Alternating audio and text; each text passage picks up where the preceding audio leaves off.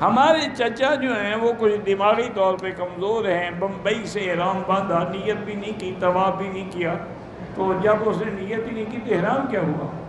اب اس کو ساتھ جاؤ، دوبارہ نیت کراؤ مسجد عائشہ سے، عمرہ کراؤ اور دم بھی ادا کرو۔ نکاح پڑھانا مولوی کا کام ہے؟ بالکل نہیں، مولوی کو ٹھیکیدار ہے کہ ختم بھی وہی پڑھائے اور نکاح بھی وہی پڑھائے۔ کوئی پڑھا دے، جس کو خطبہ آتا ہو پڑھا دے۔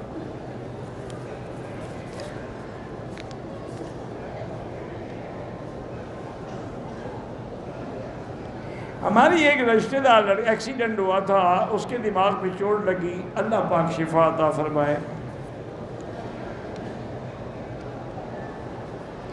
ہماری ایک رشتہ دار ہے، اس کی طبیعت ٹھیک نہیں ہوتی، وہ سوئی ہوئی ڈر جاتی، وہ بھی سورۃ البقرہ پڑھیں۔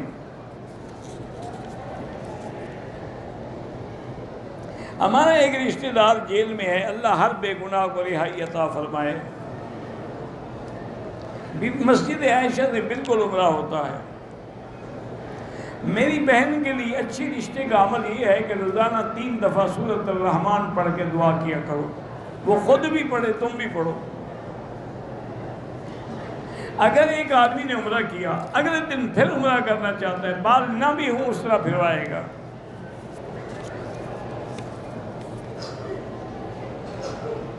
اگر 1 یا 2 چکر طواف کے کوئی ثواب نہیں ہوگا، 7 چکروں کے بغیر طواف ہوتا ہی نہیں۔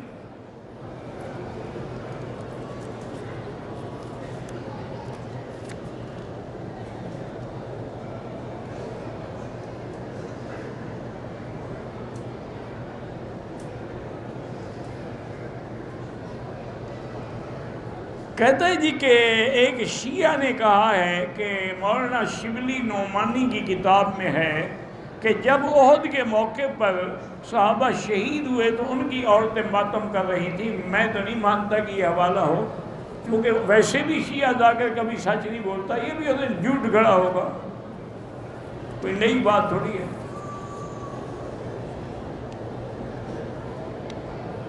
دوران نماز غیر ارادہ نیند آ جائے کچھ نہیں ہوتا۔ میری خالہ عمرے کے لیے آئی ہے، آپ پورے عمرہ روزہ رکھیں، یہ کوئی حکم نہیں ہے کہ روزے بھی رکھے بیچاری، اپنی مرضی سے رکھے، ورنہ سوموار اور جمعرات کو روزہ رکھو۔ شیعہ سے اجرت دے کے اس کے بچوں کو پڑھانا جائز ہے، لیکن ان کو مسلمان بھی تو بناؤ نا، صرف پڑھاتے تو نہ رہو، آہستہ آہستہ اس کو دین بھی تو سمجھاؤ۔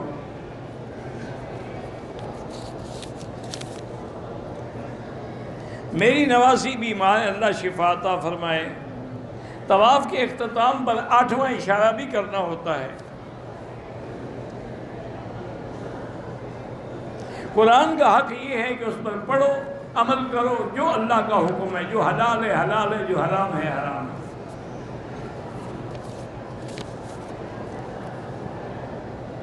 میری بہن ہے، اس کو مرگی کے دورے پڑتے ہیں، اللہ شفا عطا فرمائے۔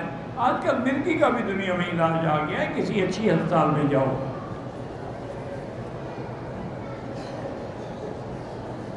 کہتے جی آپ 2 باتیں بتائیں، ایک تو آپ کی شادیاں کتنی ہیں، اور دوسرا آپ بیوی سے ڈرتے ہیں یا بیوی آپ سے ڈرتی ہے؟ اب بتاؤ مجھے کہ یہ اس کا کوئی دین سے تعلق ہے؟ بس جو مرضی ہے بیچارے۔ گزارش یہ حضرت کہ میری بیوی تو ایک ہے اور وہ 10 سال سے بیچاری صاحب فراش ہے، اور وہ تو چلنے کے قابل ہی نہیں ہے، تو میرے حقوق کیا ادا کرے گا، اور میں نے کیا اس سے ناراض ہونا ہے یا اس نے مجھ پر کیا ناراض ہونا ہے؟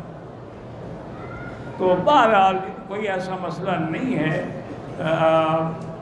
اس نے زندگی میں خدمت کی، ہم اس کے بڑھاپے میں اس کی خدمت کر رہے ہیں۔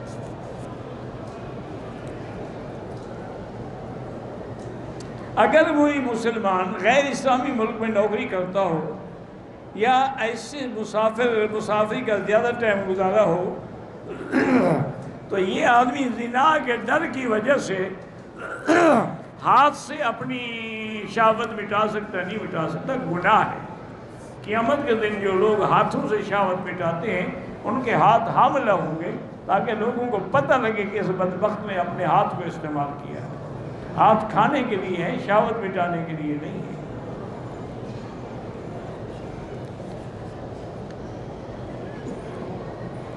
بال کاٹے بغیر احرام کھول دیا، دم بھی پڑ گئی، لیکن بال تو کٹواؤ نا پہلے۔ جب تک بال نہیں کٹوائے گا دم تو پڑتی جائے گی جو غلطی کرے گا۔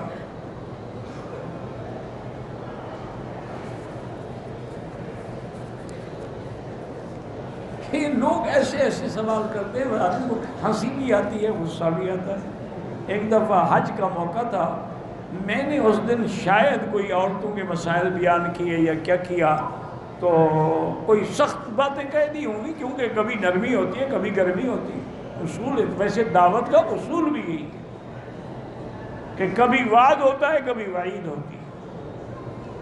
جب تقریر ختم ہو گئی تو میں بھی اتر کے یہ ایکسیلیٹر سے نیچے جا رہا تھا تاکہ نیچے جا کے نماز پڑھوں۔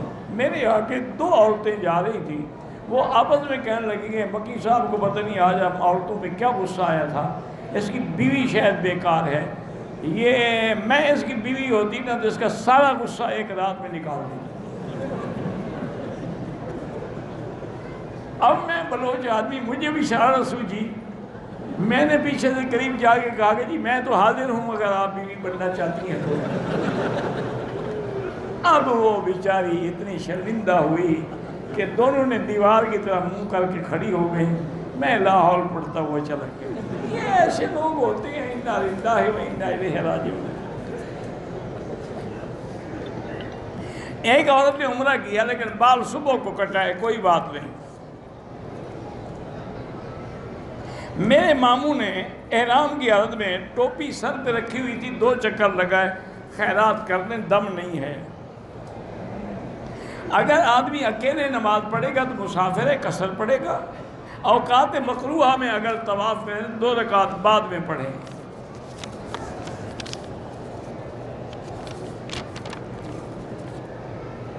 میں ہندوستان سے عمرے کے لیے آیا، عمرہ کر چکا ہوں، طائف کو ساتھی نہیں کر رہے، میں بھی اکیلا رہنے کے بجائے چلا گیا۔